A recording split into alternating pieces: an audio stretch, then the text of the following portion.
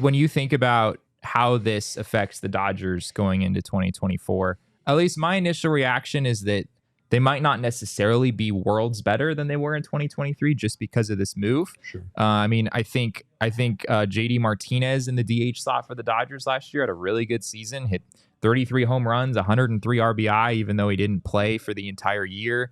And you look at Shohei Ohtani's career numbers offensively compared to what JD Martinez did last year for the Dodgers in the DH slot. There's not necessarily a huge difference there, unless Ohtani comes out and has a similar year to what he did in 2023, where he had like a 181 OPS plus or something ridiculous like that. If that happens, even though Ohtani won't pitch next year, that would be a pretty significant step forward for them offensively.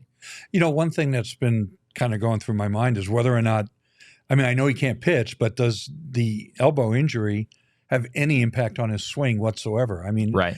The assumption is not, but who knows, right? Yeah. What if he has a problem with that? He gears it up and starts swinging a bat like crazy and going full bore, and next thing you know, something snaps in there again. Right. It could happen just from swinging a bat. You don't know. Yeah, I mean, we saw Bryce Harper come back pretty early from, I guess we don't know exactly what surgery Shohei Ohtani got, which is still dumbfounding to me. Now, do you know what a brace surgery is? I have no idea. Yeah, well, the internal brace procedure is supposed to expedite the process. That's about all I know. But yeah, I mean, have we ever gotten real clarity on what surgery Shohei Ohtani had? Right. I don't think anybody knows for sure which one it was. Yeah. So we don't know exactly how it would compare to the surgery that some other top hitters have had. But we saw Bryce Harper come back from Tommy John surgery this past year, and he looked pretty good. He didn't look so great at the beginning, though. It seemed like it took him a little while to figure things out. But yeah, maybe there is some level of impact there, given that Ohtani is going to be coming back from that surgery. And theoretically, it shouldn't affect him much offensively, but I agree that it theoretically could.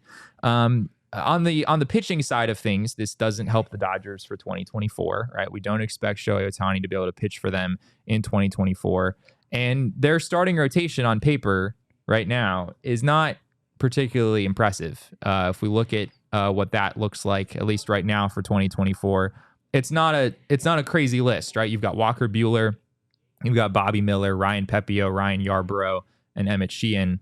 You know, there's some potential here. Like, I thought Pepio at the end of the season looked pretty good for the Dodgers. Emmett Sheehan's an interesting prospect. Ryan Yarbrough, someone they picked up last year at the trade deadline. But am I crazy, Jack, in saying that the Diamondbacks, as of right now, have a better starting rotation, maybe by a wide margin, than what the Dodgers have? Operative word, as of right now. Correct. I mean, Ohtani himself is only adding 2-3 WAR, whatever a DH, sure, as great as he is, can add. But everybody on that list from Ryan Pepio on down, you can slide down 2 slots. The Dodgers are going to add at least 2 starting pitchers. And they very well may add 2 starting pitchers that are among the top tier of pitchers available in free agency and trade. They could trade for a top tier pitcher, for example, Cease or Glasnow, and sign a top tier pitcher, maybe even Yamamoto, maybe Snell. So, I mean, I'll be shocked. And again, it's back to the deferments. I mean, the word is that the deferments in Ohtani's contract are really significant, right? Like, could be 10, 20, $30 million or more. Jeff Passan said most, so right. You assume half, assuming that's a credible report, which I think we'll come back to. But assuming that you have that much deferment, then the Dodgers are still got a lot of room there for the avoiding the competitive balance tax. I think they came in $157 million, however much of Ohtani's you're adding, up to $237, right? So 43, $80 million.